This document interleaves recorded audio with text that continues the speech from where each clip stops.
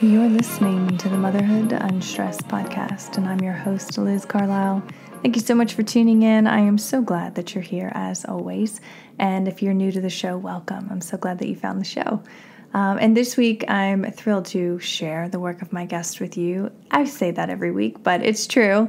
And I was so inspired by this story, this mom who back in 2018 was trying to find a weighted blanket for her 6-month-old son so that he could safely wear it to bed and extend his hour-and-a-half sleep window. She was shocked to find that there was nothing available for this age group, so she decided to create her own. And the idea for Dreamland Baby was born. She launched a successful Kickstarter, she created an e-commerce store, and worked hard to land a spot on Shark Tank, where she was victorious in landing a deal with Lori Greiner. And her products are now in Bloomingdales, Target, Nordstrom, and others. And so this was really an incredible story, as you're going to find out, because the journey to creating a 6-figure side hustle was not easy. Her back was really against the wall, which I think adds to just how incredible this story is. So I'm so excited to share this episode with you. I hope that it inspires you as much as it did me. And if you are interested in anything Dreamland Baby, head on over to their site, dreamlandbabyco.com, and use my code UNSTRESSED to save. Well, hello, Tara. Welcome to the show. I'm so glad you're here. Hi, thank you so much for having me. Absolutely, absolutely. And when your team reached out to my team, I thought this is definitely something that I want to get into deeper on the show. We're talking about weighted sleep sacks and blankets for babies and things like that. But before we get into the science behind all of that and the stories, I'm really curious about your personal story and your journey. How did the spark happen for your company? And what made you think that there could be something here?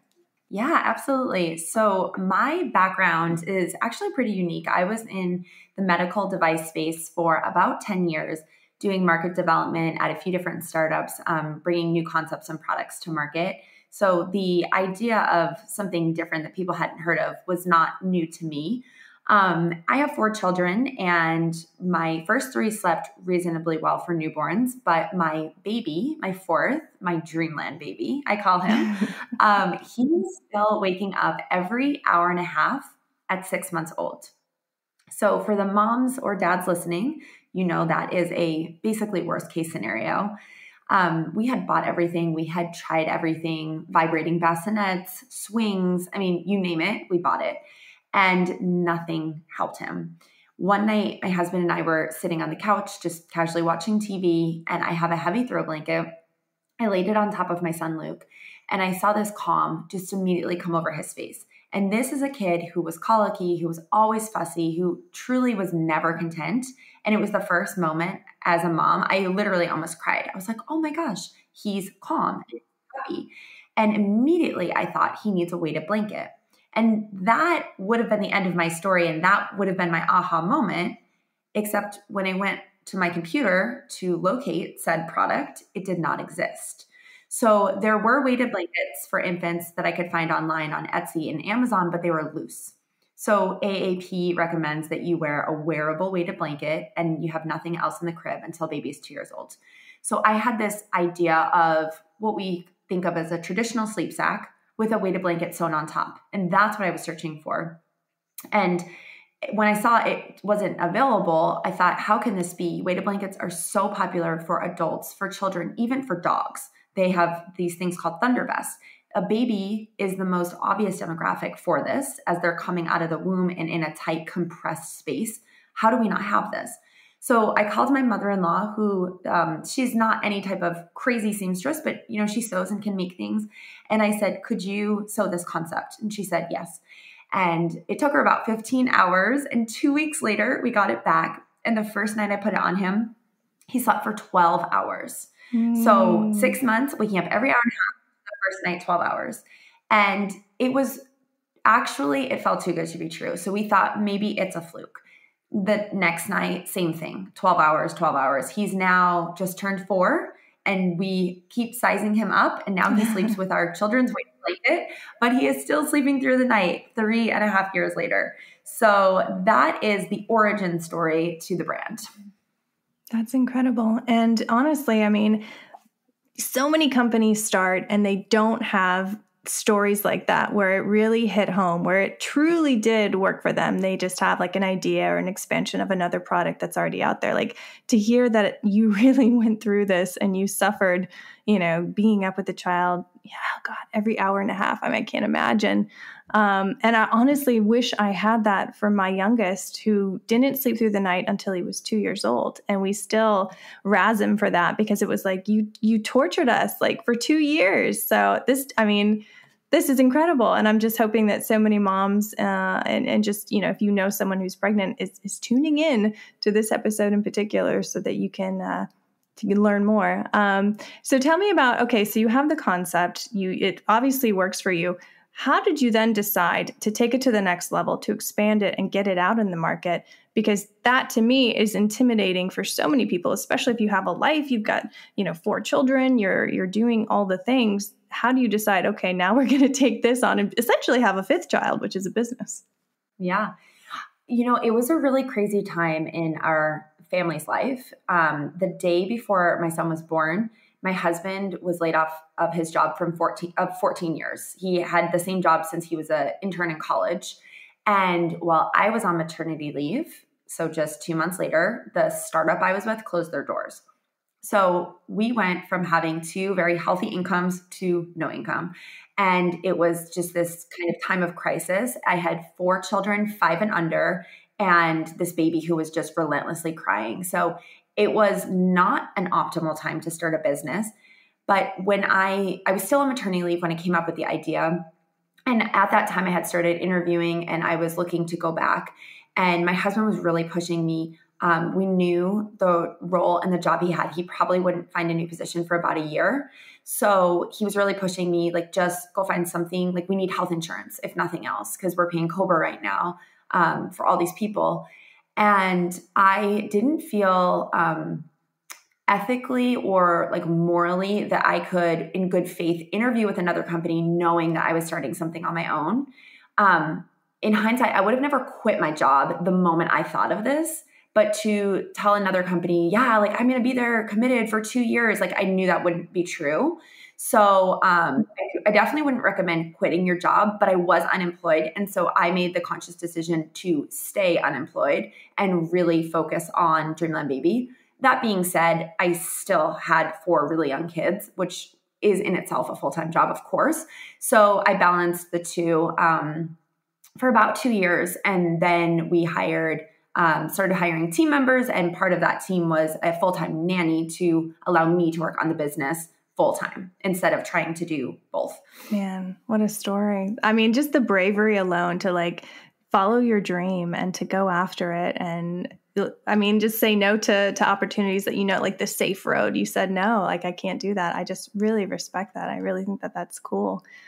So tell us about when it did start to break through. Well, actually, share some of the ways that you did raise funding, because I feel like to the woman listening to this, they're like, oh, wow, that's great. But then, like, how did you actually do it? Because so many people have dreams, have great ideas, $1 million ideas, but then it's like, well, I just don't know, the next step. So let's hear it from you.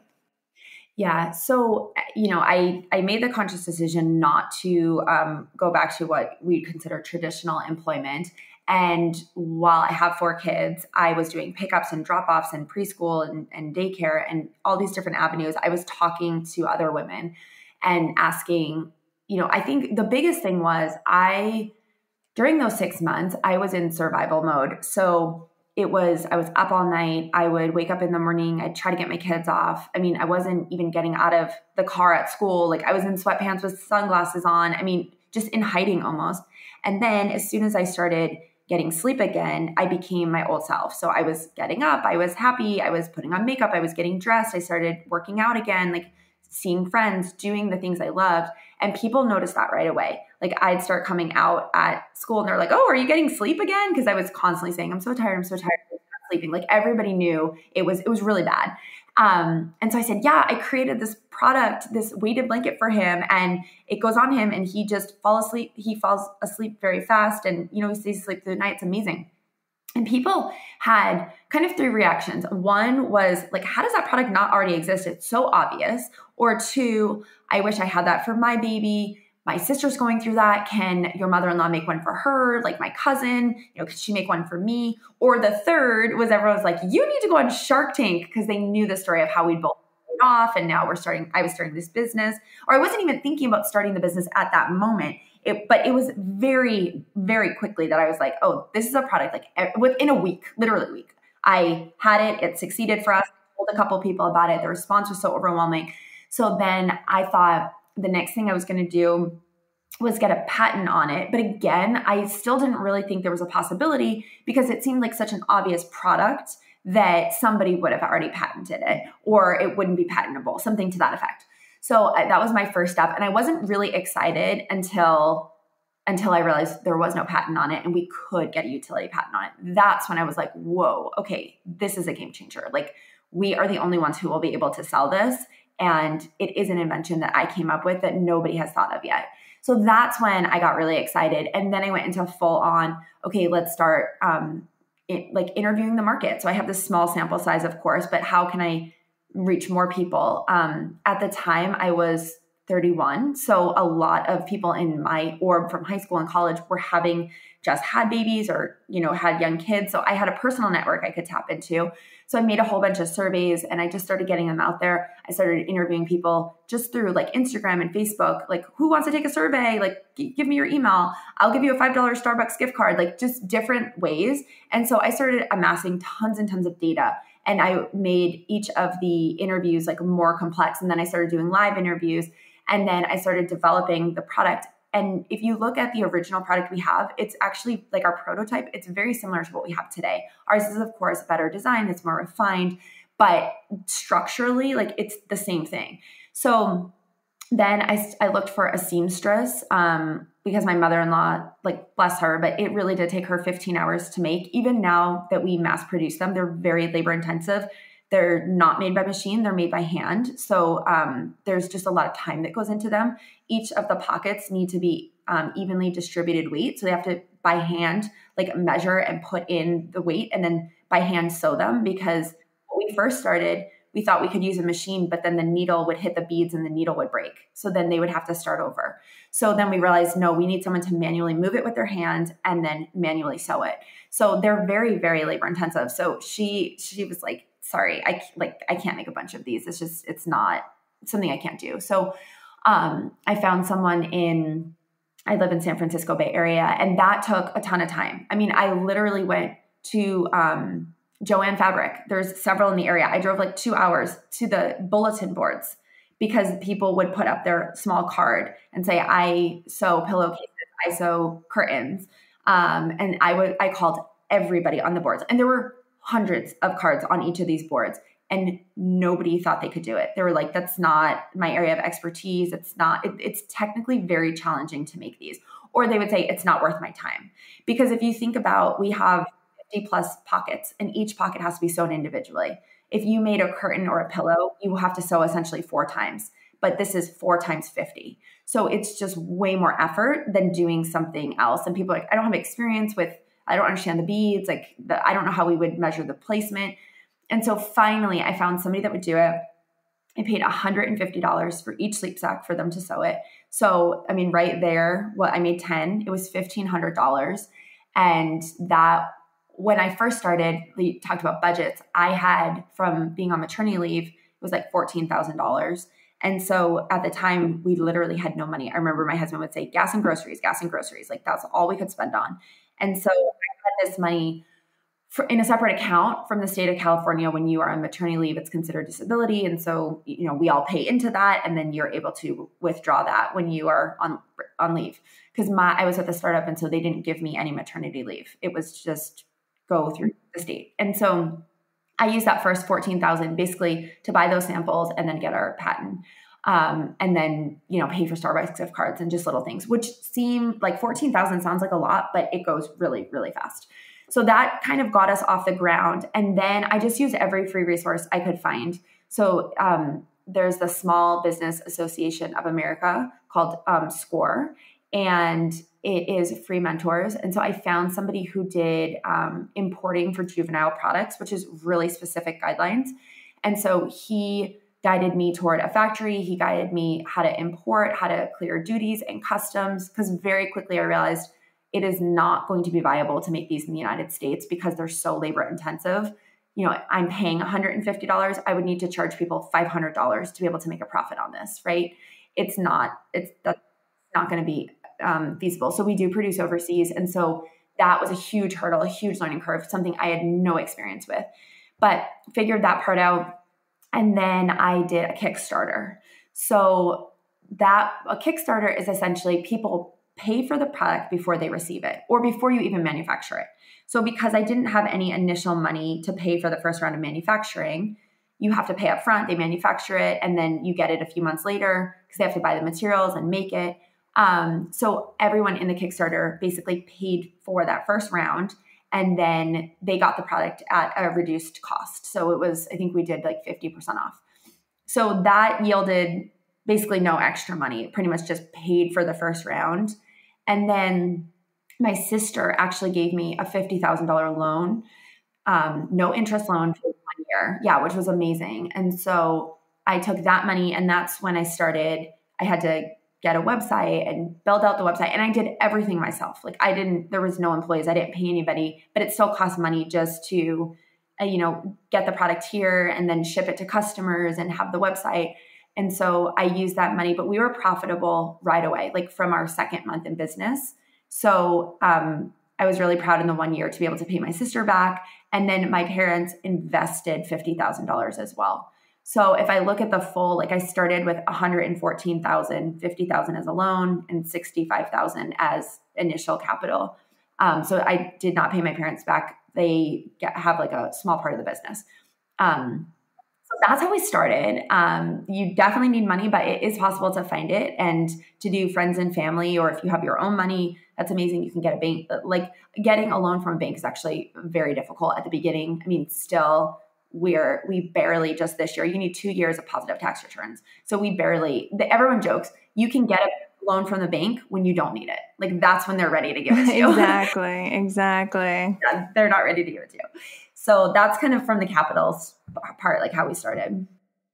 This episode is sponsored by Kindred Bravely. Kindred Bravely came to life in 2015 by Deanne Akerson, a mom of two, when she couldn't find any comfortable and functional pajamas while nursing her second son. So she decided to design her own line.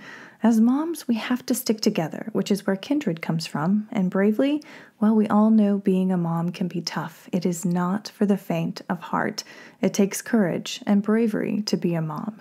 And at Kindred Bravely, they are devoted to making life easier for pregnant and nursing moms, from breast pads and non-skid socks to nursing bras and pajamas. And I might not be pregnant or nursing, but I can advocate completely for how comfortable their clothing is. I wear the cardigan almost every single day, certainly around the house. And I gifted my sister some leggings. She is pregnant with her third child, and she is absolutely over the moon for them. She wants me to get her some more. So you can get your own and save while you do by using my code UNSTRESS20 to save 20% off your purchase at kindredbravely.com. Man, thank you for taking us through that, because I feel like that is a real look at how difficult it is. But if you have that grit, if you have that belief in yourself and your product, you figure it out. I mean, that's the best way. And you listen to all these entrepreneur stories, and they all seem to have that. And now tell us about how you made it onto Shark Tank, that whole process. When they reached out and said, yes, we want you to come on the show, what was that like? Take us through that feeling. That was a crazy experience too. So I remember I wrote my business plan, and I had put on there that I was going to get a $200,000 investment from one of the sharks. And that was going to be my essential first round of capital. And my husband's in finance. And I remember him looking at it, and he said, nobody is going to want to invest in your business if that's part of your plan. And I said, why? And he said, well, babe, that's like a hope and a wish. He said, that's not a guarantee. I mean, we had looked it up, and 1 in 40,000 people get on the show, right? So it's such a small chance. And then even if you got on for somebody to invest, and he was like, it's ridiculous. And in hindsight, it is, but I literally had it on my business plan. And I just believed without a shadow of a doubt, like I would be on the show. Like there was not a question in my mind. I'm like, our story is so ridiculous and this invention is so amazing and it works so well and it's so unique that it's a game changer. And I was like, this is going to be $100 million business. Like I never thought it wasn't. So I had applied and I think they used to do these in-person events where you would drive in and you'd pitch, almost like an American Idol type thing. That's not what we had. This was in March of 2019 is when I applied. And there's just a form on the website and it's literally like a 1-box form. You can pretty much write a paragraph. I mean, there's not a lot you can submit. And it just basically says like, you can write a couple lines about your story and a couple lines about the product and that's it. And so I thought, that's it. Like that doesn't give me enough opportunity to tell the whole story. Yeah, it was, I forget, 300 words or something like that. And so I was like, nobody's ever going to respond to that. And then I got an email from one of the executive producers and they're like, hey, we're interested in your story. And I actually thought it was a spam. And they said, can you get on a call or, something to that effect. And I wrote back and I was like, yeah, I can. And they're like, great. Can you talk in, I forget, it was like 2 hours or something, like this evening at 5 o'clock. And I was like, whoa, what? So like, okay. So I was still kind of skeptical because like, what? And so I talked with the executive producer and it was real. And he was like, this story's amazing. Like, while it is a true pitch, like it's still a TV show. So there has to be an element that's interesting to the audience. And he was like, the audience are going to love this. Like, this is the American dream. Like, you are the American dream. Laid off, back against the wall. Like, you need to make money for your family. And the other thing my husband had basically said to me was like, listen, you can have a year. So he's like, I will like indulge this fantasy of this company. And he said, but if you're not profitable in a year, like you need to agree that we'll shut it down. And I said, okay, because he never believed in it. He never thought it would be anything. Like, I'm not sure why. He just, I don't know, just didn't. My finance brain, but my previous role was really niche, and I had a very high income. So he was like, "How are you going to replace that for a business?" Like he just didn't think that, And so to our family, like it was definitely a big hit.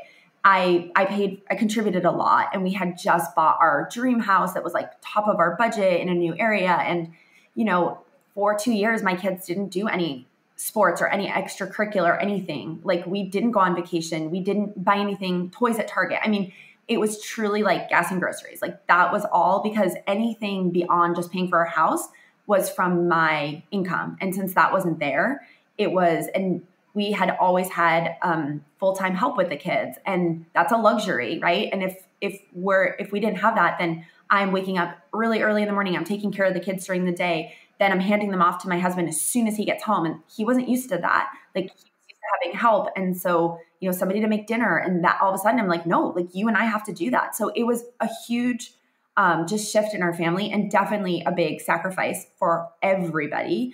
But I was like, I promise you it'll be worth it. Like I never thought it wouldn't be successful. So when you actually did get the call from the producer and they're like, yes, it's real. And then you show up, what was that? Were you nervous or did you just have this like knowing inside? Well, okay. So it wasn't quite that easy. So they loved the story, and then they said, what is the revenue? And I was like, well, we haven't sold it yet. And it was like, if you were in a, music place and then it's like, and like the music stops, it shatters, right? It was just this moment of it stopped. And so he said, well, do you have a plan to sell it? And I was like, well, we're going to do this Kickstarter, but I really wasn't planning on doing the Kickstarter for many more months because I didn't think our marketing was ready and our packaging wasn't good enough. And I didn't know if our logo was the right colors. And, I think there's definitely an element of, they're good enough, really. And so from a safety standpoint, that is what I really spent from the time I thought of it until we launched the Kickstarter, which is about a year. I really dug into the safety. I worked with pediatricians, with pulmonologists, with NICU nurses who have used weighted components in the NICU for 30, 40 years, certified sleep consultants to get the perspective of what is their customer base asking for. So I was very, very heavy into the safety. We found a clinical trial. We partnered with hospitals. And that was all very easy for me because it was my medical background. So like all of that was there, but it was more the design element and this element. And in hindsight, if I hadn't had this call with Shark Tank, I probably would have pushed out that Kickstarter like 6 months because I would have still been tinkering and making it perfect. But I just blurted out, oh yeah, we're launching it next month. And he was like, next month. Okay, awesome. And he was like, so call me back when you have it. And he said, we film in June and September. And he said, the June one will be really tight. So you'll probably miss that. He said, but maybe for September. And he said, and then if not, we could talk next year. So I was like, oh my gosh, I have to get this ready and just get it to go. So I pulled. Nothing like a deadline. Right. So I pulled together the Kickstarter super fast. And then this whole time I was emailing them like, hey, look at these photos we did and look at this video shoot and just, oh, like this local business, newspaper picked us up. And at that time I was trying to start getting some press. And so they were like, okay. And then finally the Kickstarter concluded. It ran from May until June. And so they said, okay, we raised $25,000 and they said, you can come on the show. So then I got matched up with one of their associate producers. And then it's like 8 weeks where you have a weekly check-in. And during that entire 8 weeks, they start with, I don't know, maybe 100 people and they like snuff people out every week. So it's like your answers aren't good enough or you're not progressing in the way they like, or you can't speak on camera. Like there's all these different things you do there's like a weekly homework assignment. And so it was just, I remember that whole summer between June and September, it was like a full-time job just to get ready for Shark Tank. And at the time, again, we didn't have all the legal things in place. Like you have to have a business license. Like we didn't have that because we hadn't sold anything yet. And even the Kickstarter, while we had taken exchange for it until you actually ship a product, like you're not live. So there were all these business things that I had to do for Shark Tank, which again, like completely kickstarted my business. I mean, that would have taken me, I wouldn't even know where to start. And so they had this checklist. So every week I was doing stuff, and just this kind of anxiety of like, oh my gosh, we made it to the next round. And then we flew to LA in September. And I had just launched the website like 3 weeks prior. So they had nothing really to beat me up on, right? Like, oh, you've been in business for 4 years and you have no income, right? Like it's a very positive experience there. But yeah, I mean, the moment those doors open, it's absolutely surreal. And the music starts. And I love Shark Tank. Like I remember it first came out when I was in college and I had watched every episode. Like I am a finance major. I went to a business school. Like it was just, I was like, this is like the American dream. And I always thought someday I'll be on that show. Like I had this like manifest destiny. Wow. I know for what. Yes. Yeah. So I feel like I willed it. But yeah, I mean, the moment you walk out, it was surreal. I truly, it sounds so odd, but I truly felt like I was standing there and my husband now at this point, of course, he's totally on board. He's like, oh, you're killing it. Mm-hmm. Like there was a very big shift as soon as Shark Tank was interested. He came and he was one of the actors. So he like pretended to be asleep and then heard the waking baby. But he wasn't involved in this at all. So as soon as he finished his 3-minute acting part, he left the stage and it was just me with the 5 sharks. But it was as if, again, this sounds really weird. Like I left my body and I was a shell standing there and a calm version of me was like looking down saying, okay, now say this. This is how you're going to answer. And I was like a robot, just like listening to this other version of me that was very calm and observing. And I was just saying everything. So it was a very positive experience. They were very nice. There were some hard questions, but I didn't get tripped up at all. And I just felt completely calm. Like I was like, you got this. Like, you know all these answers. They have nothing to beat you up about. You just launched. Like there's not all that much that can happen here that's negative. And just make sure you share your story and like tell why you started it and how well it works. And it definitely, if anyone's seen the episode, it came across, I think, really positive. Yes. And please share the results with the woman listening if she hasn't seen it, because I think that's the culmination of all of your hard work, the summer of hell, basically. Yeah.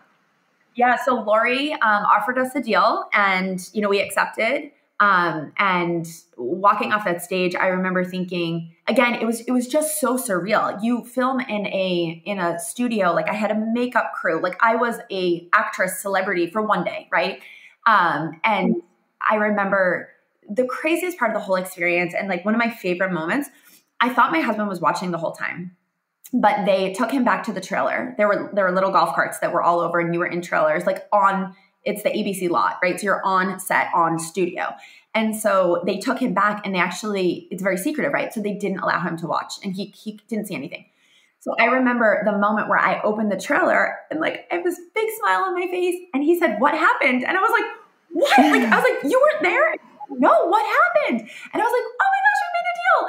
And it was just this, like, we like hugged and embraced and I think I cried. And it was just this moment where I felt like I was struggling so hard. We were struggling financially. We were struggling with, the 4 kids and me. I mean, I was waking up every morning at 5 a.m.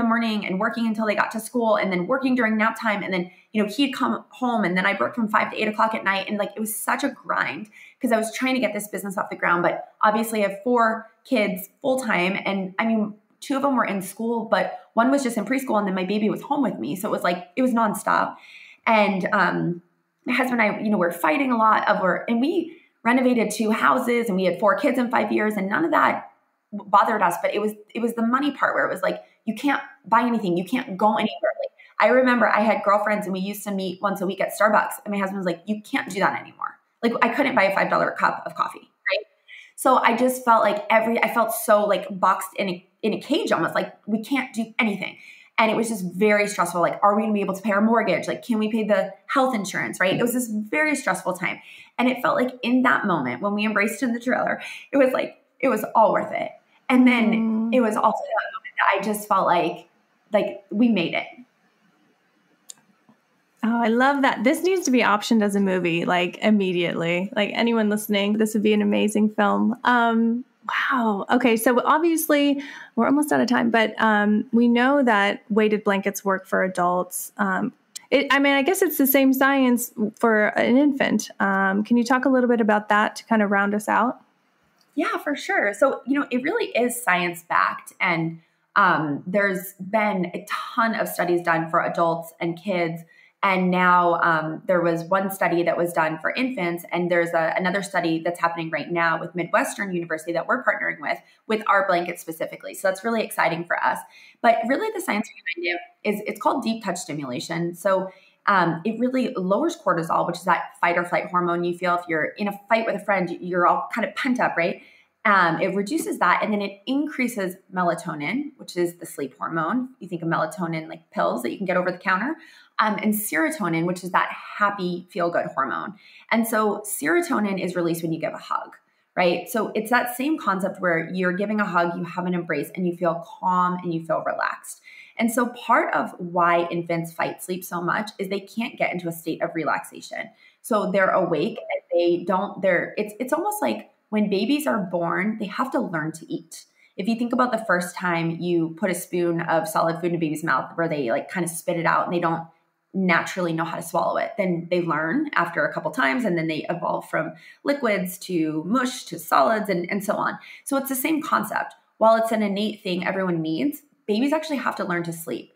So if they can't learn to be calm, then they can't get into that relaxation state to actually fall asleep. So this is really a tool. And if you think about why a baby falls asleep so easy on your chest or co-sleeping in a bed, this is that same concept, but they can safely be in a bear crib on their own in a wearable product that gives them that same sensation. It's not going to be the exact same as sleeping on your warm body, right? But it's as close as we can get in a safe environment. And so when I looked at this, product, I thought some people like to co-sleep and that's a decision they want to make. But there's a lot of people who co-sleep that don't want to. And they do it because this is the only way baby will sleep. But I'm up all night as a parent because I'm nervous I'm going to smother my baby. And so for all those people who are doing unsafe sleep practices, we heard over and over, people are stacking blankets on baby. They're putting them in, different kind of sleeping nests that aren't safe. And it's to get that simulation of being held, being hugged, being in the womb again. And so if we can eliminate all those unsafe positions and be able to give them a safe option, I said, this is something every single person in the world would want.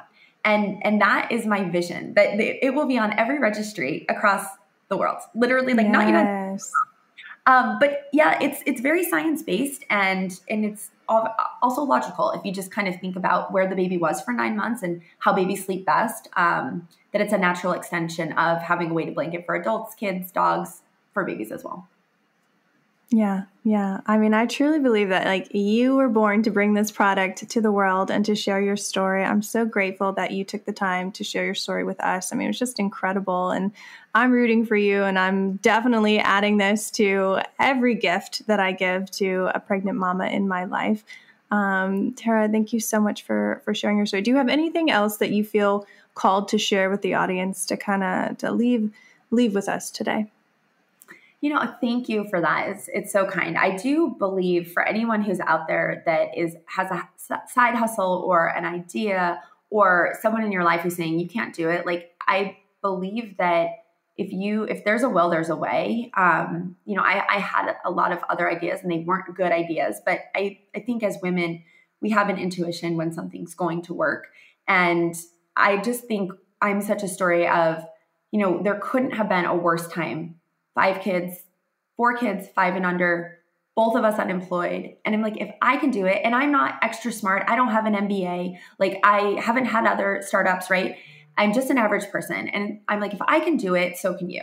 So I would just say to anyone who's thinking of starting a business, like, go for it. There's never going to be a right time. So just start. I love that. So where can our listener find out more about Dreamland Baby? Absolutely. So we're really active on Instagram, and it's Dreamland Baby Co. Our website is dreamlandbabyco.com. We're on TikTok. Give us a follow there because we're trying to grow that audience. But really, any of the social sites, we're Dreamland Baby Co. And we'll definitely get you guys a code for a discount. I'll make sure our team sends that over. Yes, absolutely. Typically, I use Unstressed, so I think that would work really well with this audience.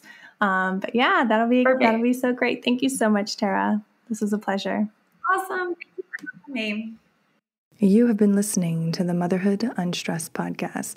Please remember to rate, review, and subscribe to this podcast.